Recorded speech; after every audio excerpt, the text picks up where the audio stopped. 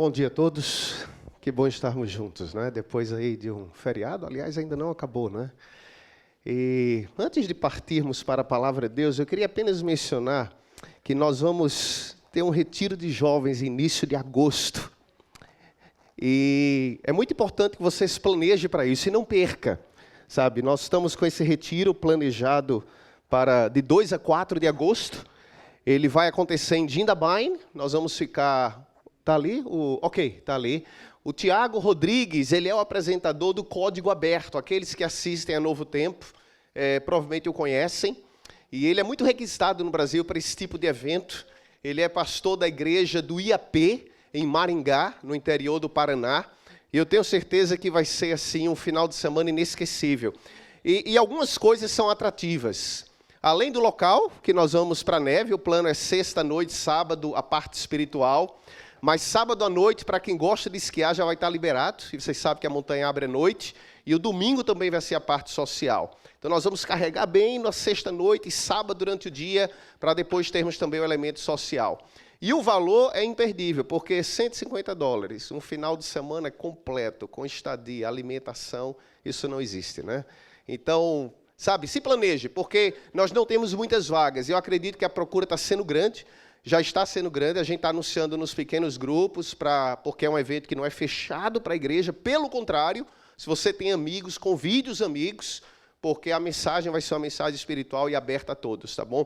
Mas o Retiro JA desse ano, realmente imperdível. Após o culto, eu acho que a Rose vai estar... Onde é que você vai ficar? Lá na casa? Ela vai ficar ali fora com o computador. Se você já quiser ir fechando com ela o seu nome ali, ela já vai preenchendo sua ficha e você já garante, então, a sua participação. O sermão de hoje, ou o tema de hoje, ele está baseado numa história fascinante da Bíblia. E essa história é fascinante não porque algo grandioso tenha acontecido. Nenhum morto ressuscitou, nenhum paralítico andou, mas mesmo assim, era quase impossível não ler essa história ao longo da semana, e eu a li várias vezes, e não sentir o Espírito de Deus se movendo de uma forma poderosa através daquilo que aconteceu. E às vezes eu penso que esse é o desafio na vida. Aprendermos a ver Deus em tudo. Principalmente nas coisas pequenas, que às vezes passam desapercebidas. Eu tenho um colega da academia, que sempre que eu me encontro com ele, né, e eu pergunto a ele, "Ei, como é que você está?" Ele sempre responde a mesma coisa. E ele sempre diz, "Still alive, mate, still alive." E eu, às vezes, no começo ficava, esse cara não fala nada todo dia. Mas depois eu fiquei pensando, não é verdade? Porque muitos não estão. Mas você está. Então, se com toda a dificuldade da vida, com todo o problema da vida, com todos os... Você está aqui, Deus está cuidando de você. Você não crê nisso? Ele está cuidando de você. Eu quero convidar você a abrir a Bíblia no livro de João, Evangelho de João. E eu quero ler o verso, principalmente 34 e 35. É o verso base hoje. João capítulo 4, 34 e 35. E em João capítulo 4, versos 34 e 35, Jesus diz o seguinte... Disse Jesus, a minha comida é fazer a vontade daquele que me enviou e concluir a sua obra. Vocês não dizem, ainda faltam 4 meses até a colheita? Eu, porém, lhes digo, abram os olhos e vejam os campos. Eles estão maduros para a colheita. E repita comigo, a colheita é agora. Fala aí comigo. A colheita é quando? É agora. Não é 4 meses, mas a colheita é agora. Fecha os teus olhos, querido Pai. A tua palavra está sendo aberta. E nós precisamos que teu Espírito nos fale. Precisamos entender, Pai, hoje, que apesar das dificuldades, da colheita, esse é o teu plano para a nossa vida.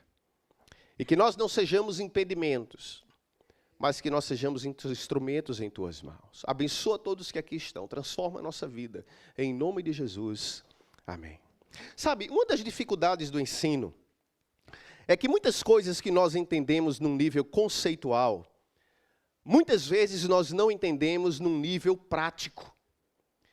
E a nossa espiritualidade, ela pode ser às vezes tão abstrata, que ela não faz diferença nenhuma na vida, de tão abstrata que é.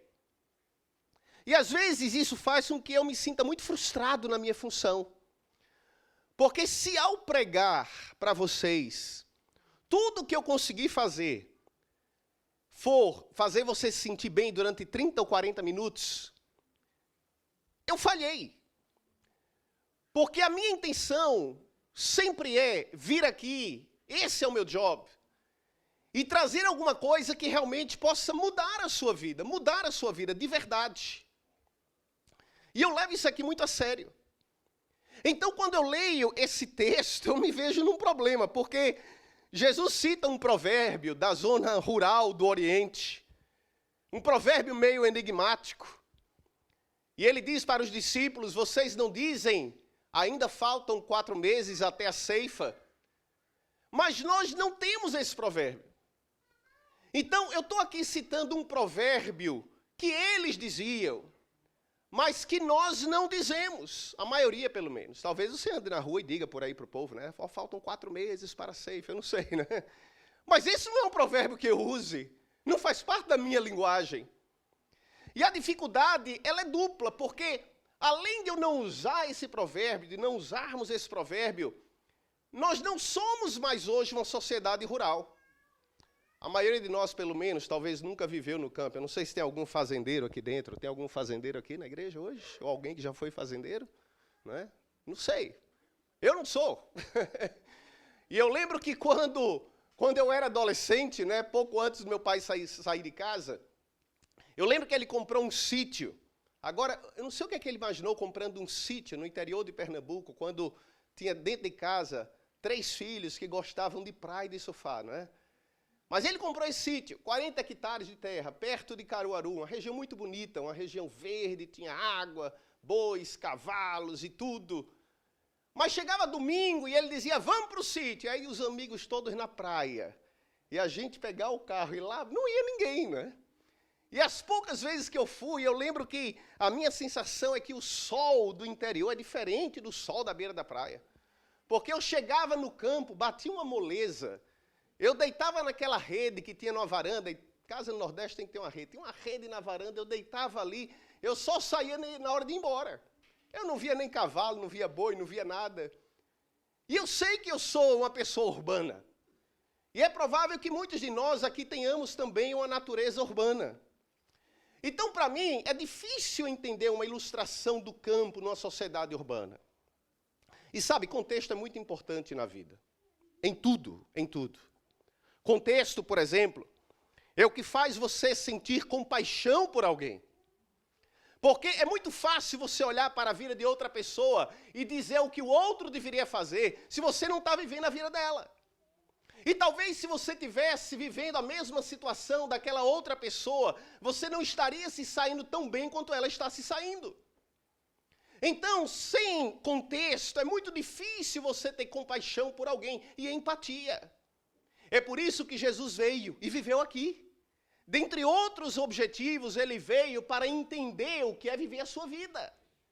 E se você em algum momento de sua vida já foi tentado a achar que ele não sabe o que é, eu quero que você entenda hoje que ele sabe. E ele sabe muito mais do que você, porque ele sofreu muito mais do que você. Ele sabe o valor de uma lágrima porque chorou. Ele sabe o quanto dói a solidão porque esteve só. Ele sabe o que é enfrentar problemas e sobreviver, porque ele passou por tudo isso, ele sabe. E por isso ele tem empatia e pode cuidar de você. Sabe, é porque você também não tem contexto às vezes, que às vezes você fica ofendido sem necessidade. É pela falta de contexto. Porque aí um dia você recebe uma mensagem de texto, e você lê aquela mensagem dura, e você fica ofendido. Mas você não sabe que aquela pessoa está tendo talvez um dia mais difícil do que o seu.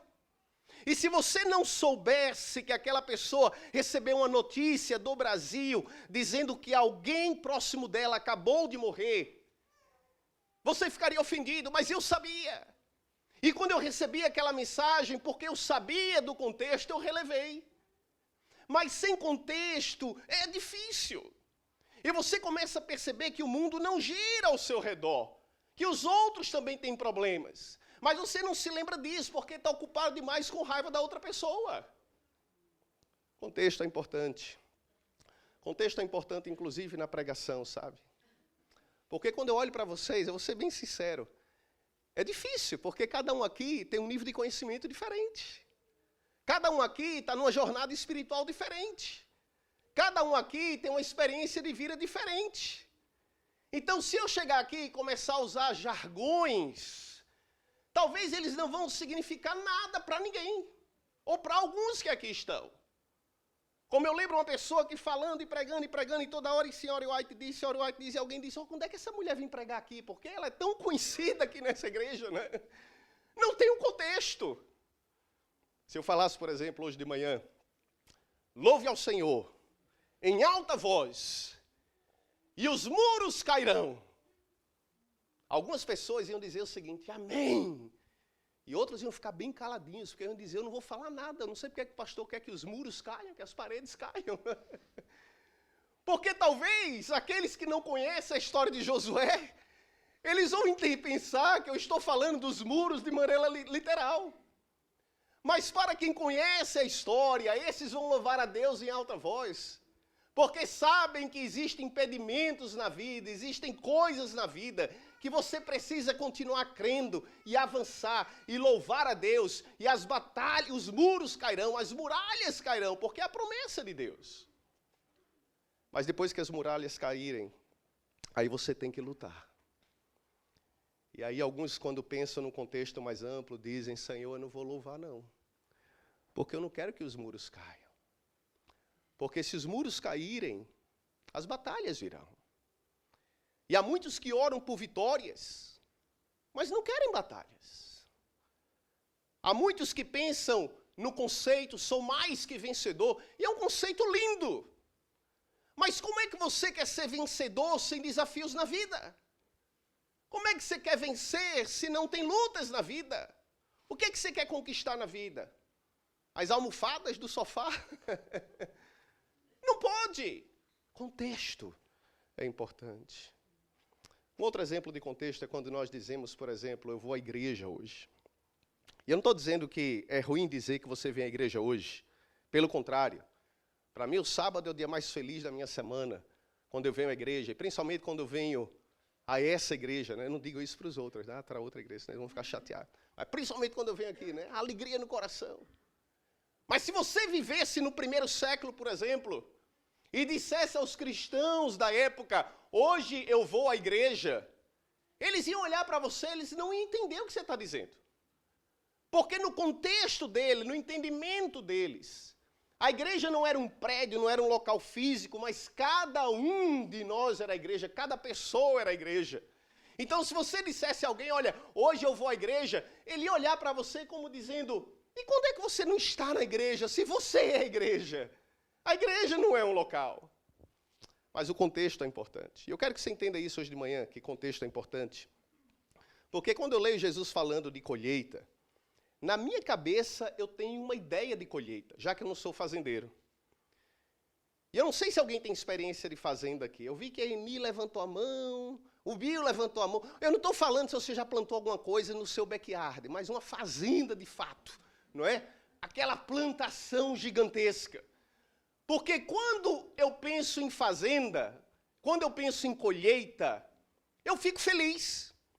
Porque na minha cabeça é a seguinte ideia. Eu trabalhei duro, eu semeei, eu aguei, eu esperei, e agora que é a hora da colheita, é hora de eu sentar, relaxar e enjoy. E eu pergunto a vocês, é assim? Eu não sei. Mas eu já conversei com algumas pessoas que trabalham no campo. E as pessoas dizem o seguinte, que a colheita é o pior momento. É o momento de maior trabalho. É a hora que você tem aquele time frame para colher o fruto, senão ele estraga no campo. E você tem que planejar, e você tem que colher tudo antes que a colheita se perca. É a pior parte. Não é hora de sentar e relaxar, mas aí é que é hora de trabalhar. Às vezes eu fico pensando na vida e os frutos da vida. E, por exemplo, a gente está numa época aqui de muitos bebês, né, na igreja. E a gente sabe que os filhos são os frutos de um relacionamento, não é assim? Um dia sua esposa aparece grávida, você fica feliz, e aí a criança nasce, né, e depois que os filhos nascem, do trabalho duro dos 9 meses, carregou na barriga, e nasce, e você agora, pronto, agora eu vou desfrutar. É assim? Quando o fruto está maduro, meu amigo, aí é que a coisa começa. E eu lembro quando as meninas nasceram, né? As noites acordadas, eu ali, Ângela dormindo, e eu cuidando delas. É mentira, irmãos, é mentira. É mentira. Eu ficava dormindo e ela acordada, né? E às vezes quando ela me conta algumas histórias de como era, aí eu digo, eu não lembro o que era assim, essa dificuldade. Ela disse, tu não lembra porque tu estava dormindo, eu estava acordado, por isso tu não lembra. Mas a verdade é que a colheita é tempo de trabalho duro. E a Bíblia diz que Jesus teve então de passar por Samaria. Não porque ele não tivesse outro caminho. Jesus estava subindo, né, ali da Galileia, da Judeia indo para Galileia. E não que tivesse outro caminho, mas Jesus decidiu passar pelo meio do território de Samaria, porque ele tinha um propósito. Ele poderia ter ido ao redor. Vocês sabem que historicamente existia uma rivalidade, um ódio tremendo entre judeus e samaritanos. Os samaritanos odiavam judeus. E para nós é muito difícil hoje entender esse ódio que havia entre esses dois povos. É muito difícil. Porque quando nós pensamos em samaritano hoje, o que é que vem à nossa mente? O bom samaritano. Até quem não lê a Bíblia, quem não sabe nada de Bíblia, às vezes usa essa expressão, nossa, conheci um camarada, um bom samaritano, não sabe nem de onde vem a história, mas é a imagem que a gente tem, um bom samaritano. Mas na época de Jesus, esse conceito de um bom samaritano não existia. É que nem você chegar no Brasil e dizer para um brasileiro, né, conheci um argentino legal. Com exceção do Capitelli que veio aqui, né? Mas a gente tem hoje as diferenças culturais. Mas é interessante porque existia esse ódio tremendo. E Jesus está ali, passando por Samaria. E ele para junto ao poço, famoso poço. Jacó bebeu água daquele poço, o patriarca Jacó. E a Bíblia diz que os discípulos vão então buscar comida, porque não tinha comida. E eles vão buscar comida. Talvez procurar um fast food ali no deserto, não tem muita opção, caminhando por ali. E enquanto os discípulos vão, uma mulher vem. E ela não é uma mulher qualquer, pois a Bíblia diz que aquela mulher já tivera 5 maridos. Problema. Repita comigo, problema. 5 é problema. Um casamento não deu certo, tudo bem, uma decisão errada.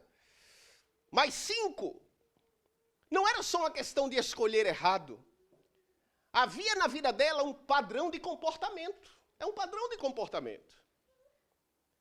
Se você troca seu círculo de amigos a cada 2 anos, não é porque as outras pessoas sejam difíceis. Talvez você tenha que repensar a sua maneira de se relacionar com as outras pessoas. Ela tinha um problema. Ela queria pegar água do poço. E agora está esse homem judeu ali atrapalhando, querendo conversar com ela. E a gente descobre, durante a conversa dos dois, que aquilo que ela considerava um problema, na realidade era a grande oportunidade de sua vida. Porque ela foi ali pegar água, mas ao invés de levar a água de volta para casa, ela se tornaria uma fonte de água a jorrar. Ela entenderá no final dessa conversa que ela não precisa mais de um homem para fazê-la sentir-se feliz, para ser completa. E só para dar um pouco de contexto, eles começam a discussão. E nessa discussão, ela tenta manter a discussão num nível abstrato e conceitual. E ela começa a perguntar a Jesus, olha, onde é que a gente tem que adorar? Alguns dizem que é aqui, outros dizem que é Jerusalém. E vocês? Olha, você é homem, eu sou mulher, a gente não devia estar conversando. E ela tenta manter a discussão num nível conceitual, num nível impessoal. Porque sempre é mais fácil discutir religião do que vivê-la. É muito mais fácil discutir religião. Mas eu gosto de Jesus. Porque Jesus, ele não compra essas coisas, sabe? Mas ele sai desse nível abstrato, impessoal, e ele vai no que interessa. Não foi assim com Nicodemos? Corta essa conversa, você tem que nascer de novo. E ele chega para a mulher, e ele é prático e pessoal. E quando ele fala de forma prática e pessoal, ela percebe então que a questão central não é onde adorar, mas a questão central é ela como adoradora. Ela era o problema de sua vida. E eu quero fazer uma pergunta a você hoje. Quando é que você vai entender que o maior problema de sua vida não é o seu job, não é o seu boss, não é o seu salário, não é sua mulher, não é seu marido. O maior problema de sua vida não são seus filhos, não são seus pais. O maior problema de sua vida é você. Você é o seu maior problema. Porque se não tiver certo aí dentro, não adianta o que aconteça fora, nada vai estar certo em sua vida. Ela descobre aquilo que todos precisamos descobrir, que a primeira mudança tem que ocorrer aqui dentro, de dentro para fora. E agora Jesus está ali conversando com essa mulher e os discípulos voltam. Talvez comendo ali ainda umas batatinhas, né, no caminho, batendo papo, né, voltando para a beira do poço, trazendo ali a bag ali com o lanche de Jesus. E aí eles encontram Jesus conversando com aquela mulher. E eles pensam o seguinte, é um problema. Essa foto não pode sair no perfil de Jesus, que isso aqui vai criar uma dificuldade. Não devia estar acontecendo. E o verso 27, vocês podem ler aí na Bíblia, diz o seguinte, que naquele momento, os seus discípulos voltaram, João 4, 27, e ficaram surpresos ao encontrá-lo conversando com uma mulher, mas ninguém perguntou, o que queres saber? Ou por que estás conversando com ela? Ninguém perguntou nada. Eles não tiveram coragem. Eles viram que a situação era estranha, eles viram aquela mulher como um problema, mas eles não tiveram coragem de perguntar o que era. Aquela mulher olhava para Jesus também como um problema. Mas ela não sabia que ele era água viva. Ela não sabia ainda. E a conversa, ela começa meio confusa, sabe? A discussão dos dois é interessante. E eu fico pensando que assim é na jornada espiritual. Às vezes pode parecer meio confuso. Às vezes você não vai entender tudo. Às vezes, nos primeiros passos que você está dando, você não vai perceber de forma clara. E você vai precisar de fé para crer muito mais naquilo que está escrito do que naquilo que são suas percepções ou as suas ideias passadas. Assim é a jornada espiritual. Você nem sempre vai enxergar tudo de forma clara no começo. E a conversa parece que ela começa meio truncada, mas Jesus está conduzindo aquela mulher a uma experiência que ela ainda não consegue enxergar. E Jesus pede água para ela. E ela desconversa. E Jesus diz, olha, você veio aqui buscar água. Mas eu quero te dizer que você precisa de uma outra água, que não está aqui nesse poço. E se você soubesse quem é aquele que fala com você nesse momento, você ia pedir a ele uma água que não tem nesse poço. E ele, que sou eu, te daria uma água que vai saciar a tua sede. E você nunca mais vai precisar correr para os braços de Roberto, para os braços de Rubens, nunca mais. Nunca mais você vai precisar correr para a bebida, correr para a pornografia, correr para os seus vícios escondidos, correr para o que quer que seja, para o materialismo, para o workaholic, seja o que for, nunca mais, porque você terá uma fonte dentro de você. E aquela mulher olha para Jesus, e eu fico imaginando que a resposta dela é cômica. Porque ela olha para Jesus depois de todo o discurso, e ela diz assim, tudo bem, mas você não tem uma vasilha. Como é que você quer me dar essa água? Você não tem vasilha. Você não tem uma vasilha. E Jesus olha para ela, e eu sei que não está no texto, mas eu posso imaginar o que Jesus pensou. Porque quando ela disse para Jesus, você não tem uma vasilha, Jesus certamente pensou o seguinte, eu não tenho, mas eu estou olhando para uma. Você será a minha vasilha. Porque eu preciso que essa água chegue a outras pessoas. A pessoas sem esperança, a pessoas, sabe, perdidas, confusas na vida. E eu preciso que essa água chegue a outras pessoas. E olhando para você, você vai dar uma boa vasilha. Eu vou dizer uma coisa para você nessa manhã. Talvez você veio aqui hoje para que Deus faça algo por você. Mas e se eu disser para você que talvez Deus te trouxe aqui hoje para que você possa fazer alguma coisa por Ele? Talvez você veio aqui hoje para receber uma bênção. Mas e se eu te disser que talvez Deus queira fazer de você a bênção na vida de outro? Já parou para pensar? A nossa perspectiva, como ela é limitada. Me impressiona como Jesus era uma espécie de caça-talentos. Sempre procurando vasilhas novas, talentos novos. Não pelos critérios do mundo. Porque Deus não vai atrás de aparência, capacidade intelectual. Deus não vai atrás de... Ele quer os que são disponíveis. E se você está disponível, não importa a tua limitação. Mas o inverso também é verdadeiro. Se você é extremamente capaz e Deus te deu N privilégios na vida, mas você não está disponível, meu amigo, uma vida desperdiçada. Pedro é um exemplo disso. Lembra quando Jesus convidou Pedro para segui-lo? Pedro estava na beira da praia, ele não era ainda de fato um discípulo de Jesus, ele estava ali no meio da multidão, curioso. E a Bíblia diz que havia uma multidão na beira da praia ouvindo Jesus pregar. E aí Jesus precisa de um lugar para se apoiar, ele precisa de um barco. E a Bíblia diz que Jesus, ele sem falar nada para Pedro, ele entrou no barco de Pedro, sem falar nada. Eu percebi que você ficou meio assim, como quem disse, sim, pastor, qual o problema? Tenta fazer isso depois da igreja hoje. Escolhe um carro aí fora. Agora não escolhe captiva, não. Se é para roubar um carro, rouba logo um carro bom, né? Entendeu? Tipo Mazda 8, acho que tem um aqui do lado, bem bonitinho aqui, né? Entra lá no carro, sem falar nada pro dono. E aí quando ele aparecer, diz assim, me dá a chave do carro que eu preciso dele. E vê o que ele vai falar para você. Foi mais ou menos isso que Jesus fez. Ele entrou no barco de Pedro sem falar nada. E quando Pedro chegou ali, ele disse, olha Pedro, eu preciso do teu barco. Preciso do teu barco. E eu já ouvi alguns pregadores falando por que é que Jesus talvez escolheu a Pedro. E alguns dizem o seguinte, Jesus escolheu Pedro porque ele era audacioso, porque Pedro ele era corajoso, não é? E alguns dizem amém. Eu não acho que era isso. Eu acho que Jesus escolheu Pedro por uma única razão, porque Pedro tinha um barco. E porque o barco dele estava ali, Jesus entrou no barco, ele precisava de um barco. E às vezes eu me pergunto, por que é que Jesus escolhe a cada um de nós? Por que é que ele quer usar você? Por que é que ele quer me usar? Imagina só, Jesus ele precisava entrar na água, e não se esqueça que Jesus é aquele que pode andar sobre a água.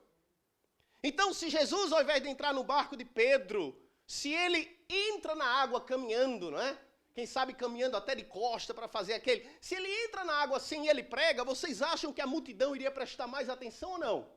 Muito mais. Mas Jesus olha e diz, eu quero um barco. Eu quero um barco. Eu quero o barco dele. Eu quero o barco dela. Eu quero as fraquezas dele. Eu quero as limitações dela. Eu tenho uma igreja para construir. Eu tenho pessoas a salvar. E eu quero o teu barco. Eu não precisaria, mas eu quero o teu barco. E é difícil às vezes entender porque é que aquele que pode andar sobre as águas, ele quer usar o meu barquinho. E Satanás se aproveita desse pensamento para que você use isso como um excuse.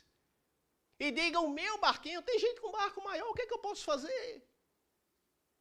E alguns se recusam porque acham que o seu não vale nada. Mas ele só quer saber uma coisa, teu barco está disponível. Eu sempre achei que ele queria o meu bote, o meu barco, porque de alguma forma ele precisa dele. Mas hoje eu entendo, irmão, sendo bem sincero, que Deus é Deus muito antes de eu existir. Muito antes. Ele não precisa. Havia inclusive outros botes na praia. Ele poderia ter entrado em qualquer barco. E eu imagino o seguinte, se Pedro tivesse dito, não, Jesus, meu barco não usa meu barco, eu preciso dele. Jesus teria saído e entrado em outro. Porque Ele não precisa usar você. Mas Ele escolhe usar você. Você ainda está confuso sobre quem é o dono de tua vida? Você está confuso ainda sobre aquilo que você tem, a quem de fato pertence? E sabe o melhor? Quando você convida Jesus a entrar no teu barco, ou deixa Ele entrar no teu barco, e Ele se torna um sócio de tua vida, o melhor de tudo é que Ele sabe os melhores lugares onde pescar. Ele vai cuidar de você. E os discípulos voltam da cidade. Mas eles não veem aquela mulher como vasilha. Pelo contrário, eles olham para aquela mulher e veem ela como um problema. E eu tenho uma teoria, que não está na Bíblia também, mas é uma teoria, não é? Eu creio que Jesus pediu para eles irem à cidade comprar comida, não porque Jesus estivesse com fome, mas porque Jesus sabia que eles não estavam prontos para aquilo que iria acontecer. Eles não estavam prontos. E porque eles não estavam prontos, Jesus os tira do caminho e se livra deles. Vão na cidade comprar comida, porque o que vai acontecer agora, vocês não estão prontos para isso. Não se engane, irmãos. Eu comentei com a Ângela essa frase, e ela disse, você vai falar isso? Eu disse, eu vou falar. Não se engane. Se você não é parte da solução, Deus vai tirar você do caminho. E eu oro a Deus, muitas vezes, para que eu não seja um impedimento. Porque o dia que eu for impedimento para aquilo que Deus quer fazer, Ele vai me tirar do caminho. Ele vai mandar eu comprar comida. Ele vai me mandar para outro lugar. Ele vai fazer qualquer coisa. E Jesus se livra dos discípulos, porque eles não estão prontos para o que vai acontecer. O verso 28 diz que então, ela deixando o seu cântaro, voltou à cidade. A mulher voltou para a cidade, depois que teve aquela conversa. E ela disse ao povo, venham, eu conheci um homem que me disse tudo. Eu conheci um homem. E eu imagino aqueles homens da cidade pensando, conheceu mais um? Mais um homem? E ela disse, não, esse homem é diferente. Ele sabe tudo sobre a minha vida. E eu estou perguntando o seguinte, será que ele não é o Cristo? Será que ele não é o Cristo? Ela não tem as respostas, ela não tem. Mas isso não impede que ela avance. Eu sei que você tem dúvidas às vezes. Eu tenho, irmão. Você acha que eu já não tenho dúvidas? Eu já não me fui pego às vezes olhando a Bíblia e, sabe, eu tenho minhas dúvidas. Mas minhas dúvidas não impedem de eu avançar. Todos temos dúvidas. E ela diz para aquela multidão em Samaria, venham ver esse homem, venham, ele é diferente. Será que ele é o Cristo? E eles a seguem. Porque eles querem ver quem é esse homem junto ao poço. E saber se realmente ele é o Cristo. E então eles foram. E enquanto isso, os discípulos estão lá, conversando com Jesus. Imagina a cena, os homens estão vindo, né? E os discípulos estão lá na beira do poço, conversando com Jesus. E a Bíblia diz que eles estão insistindo com Jesus para que ele coma. E eles estão lá, mestre, come algo, come algo. E sejamos sinceros, nós temos que dar crédito a eles, porque eles estão fazendo aquilo que aparentemente Jesus pediu que eles fizessem. Jesus não disse, vão comprar comida? Então eles voltam agora.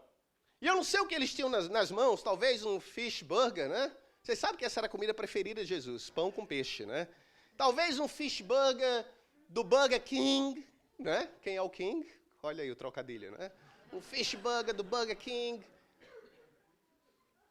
E eles estão lá, e eles chegam ali com essa comida.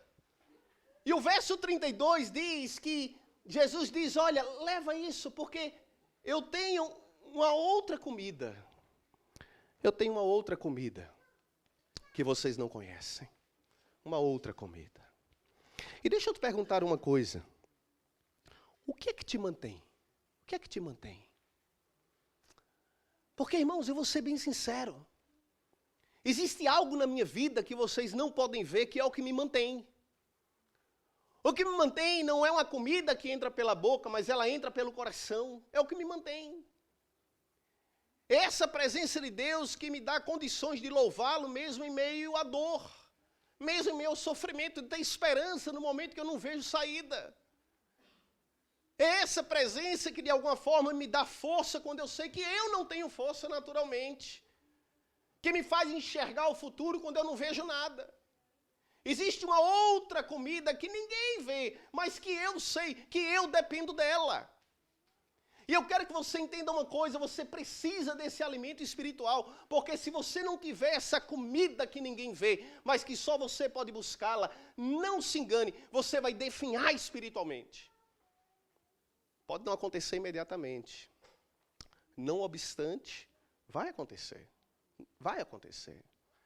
E os discípulos estão ali, sabe? E é interessante porque esses pobres discípulos não entendem nada, porque no verso 33 diz que eles ficam ainda argumentando um com o outro. Por que Jesus não quer comer? Será que alguém trouxe para ele alguma coisa, uma barra de cereal no bolso, sei lá? O que é que ele comeu que ele agora está sem fome? Eles estão nesse nível, pensando na próxima refeição. E Jesus está nesse nível, pensando no reino e na eternidade. Eu não sei qual nível que você está. Eu conheço pessoas que vivem a vida nesse nível. A preocupação é a seguinte: quando é o próximo feriado? Quando é o próximo final de semana? O que é que a gente vai fazer sábado à noite? Quanto é que eu vou ganhar essa quinzena? O que é que eu vou fazer daqui a um ano? Qual é o meu próximo projeto? Há pessoas que vivem a vida nesse nível. Vivem em função da refeição, da próxima refeição. Mas Jesus diz: leva embora esse happy meal, porque eu estou trabalhando em algo que vocês não entendem. Você sabe por que às vezes alguns amigos seus talvez não entendam você? É porque eles não conseguem ver que você está trabalhando em alguma coisa que eles não enxergam. E aí quando chega um dia legal, um sábado quente de sol, ou sei lá o que, uma sexta-feira à noite, e você vai para um pequeno grupo, ou você vem para a igreja, ou você vai para uma missão, vai fazer alguma coisa, ou dedica um tempo para alguém, as pessoas não entendem. Porque elas não conseguem enxergar que você está trabalhando em algo maior. Que você tem uma missão na vida, Jesus tem uma missão na vida. Sabe, irmãos, eu tenho uma missão na vida, eu tenho um propósito na vida. E eu sei quais são minhas prioridades. E parece que quanto mais velho eu estou ficando, isso está ficando mais claro na minha mente, mais claro. É por isso que às vezes eu ignoro algumas mensagens de texto. Por isso que às vezes eu ignoro algum comentário, eu ignoro alguma crítica. Porque eu estou numa missão. E às vezes nem todo mundo que está ao lado pode enxergar essa missão, mas eu sei que é tempo de colheita. E Jesus olha e diz: ergam os olhos e vejam, os campos estão brancos para a ceifa. E os discípulos olham e o que é que eles veem? O que é que eles veem? Lembra comigo, quando os discípulos olham, o que é que eles olham à distância? A mulher caminhando e quem está vindo com ela? A cidade inteira, uma multidão. Então Jesus está ali conversando com os discípulos e dizendo o seguinte: ergam seus olhos e vejam que os campos estão prontos para a ceifa, para a colheita. E quando os discípulos olham, eles veem aqueles homens indo. E eles pensam o seguinte: olha, a gente tem que se livrar desses samaritanos, porque a gente quer ouvir mais sobre esse lance de colheita. E os homens estão vindo. E Jesus repete: ergam os olhos, os campos estão brancos, essa é a hora da colheita. E eles dizem: sim, Jesus, vamos dar um jeito nesses homens aí nessa cidade, vamos nos livrar deles e vamos conversar mais sobre a colheita. E Jesus diz: vocês não entenderam, ergam os olhos, aí está a colheita. E naquele momento eles entendem, a ficha cai. E aquilo que eles chamavam de problema era a colheita. É tempo de colher, irmãos, é tempo de colher. E aí você olha as pessoas indo, e talvez alguns vêm na multidão, não no padrão que você acha que deveria vir, e você pensa: problema. E talvez alguns vêm com hábitos que são diferentes de seus hábitos, e você diz: problema. E lá vem um samaritano e você diz: não, esse não faz parte, é problema. Há uns que chegam aqui feridos, ou como bebês espirituais, e têm que ser cuidados e amados. Verdade ou não? Verdade. Eu conversava com um colega meu, ele esteve aqui, não é esse último pastor, foi um dos últimos, para vocês não identificarem. E ele disse que estava na igreja lá e um dia ia fazer um batismo, há muitos anos atrás. E ele, quando entrou na salinha pastoral ali, né, e com os anciãos, e quando ele entrou na sala, o candidato ao batismo estava ali com a beca batismal. E estava fumando um cigarro, lá na sala pastoral. E aí quando eles entraram, tomaram aquele susto, e o pastor ficou parado, e aí ele disse: Pastor, fica tranquilo, fica tranquilo. Aí deu aquela última tragada, jogou pela janela. Sai daqui, Satanás. Tá. E todo mundo ficou, e agora? O que é que a gente faz? E o pastor decidiu batizá-lo. E aquele foi o último cigarro de sua vida. Sabe, irmãos, cada um de nós tem uma luta. E quando uma multidão está vindo, você tem que estar preparado, porque pessoas têm lutas que talvez você não tenha. Mas elas não são piores que as suas. Talvez sejam mais visíveis. Mas e a inveja? E a pornografia? E a fofoca? E outras coisas? A gente tem que ver as multidões como Jesus as via, com compaixão no coração, com amor no coração. E sabe, por outro lado, também não espere estar tudo perfeito em sua vida para ser vasilha, para ser barco para Jesus. Tem gente que pensa o seguinte: quando eu terminar a faculdade, quando meus filhos crescerem, quando eu terminar de pagar minhas contas, quando o meu vício se resolver, quando aquilo resolver na minha vida, quando eu ficar rico, aí nunca acontece. Tem alguém esperando alguma coisa para ser vasilha, e eu quero dizer, não espere, porque erga os seus olhos, os campos estão brancos, é hora da ceifa. Esse é o tempo da colheita. Eu vou dizer uma coisa, presta atenção nisso, não esquece. Se o diabo não puder evitar que você reconheça a bênção de Deus, ele vai tentar evitar que você colha essa bênção em sua vida. Eu quero terminar com o verso de Marcos 9:36. Joga na tela, por favor. Eu quero concluir com esse texto. Quando Jesus viu a multidão, ele ficou com muita pena, com compaixão daquela gente. Porque eles estavam aflitos, abandonados, perdidos, como ovelhas sem pastor. Então ele disse aos discípulos: a colheita é grande, mas os trabalhadores são poucos. Peçam ao dono da plantação para que mande mais trabalhadores, para que possamos fazer a colheita.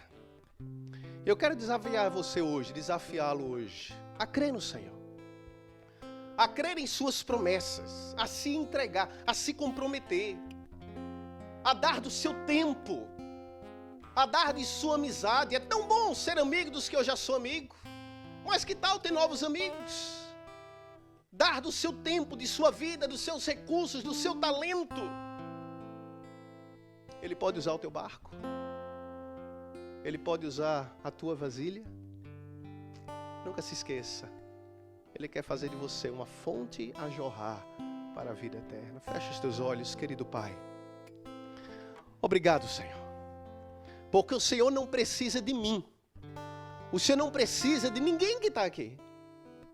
Mas o Senhor escolheu nos usar na nossa limitação, na nossa pequenez, na nossa fragilidade, com o nosso barquinho, com a nossa vasilha que não cabe muita coisa. Mas, Pai, o mais importante não é aquilo que somos, mas é aquilo que Tu és.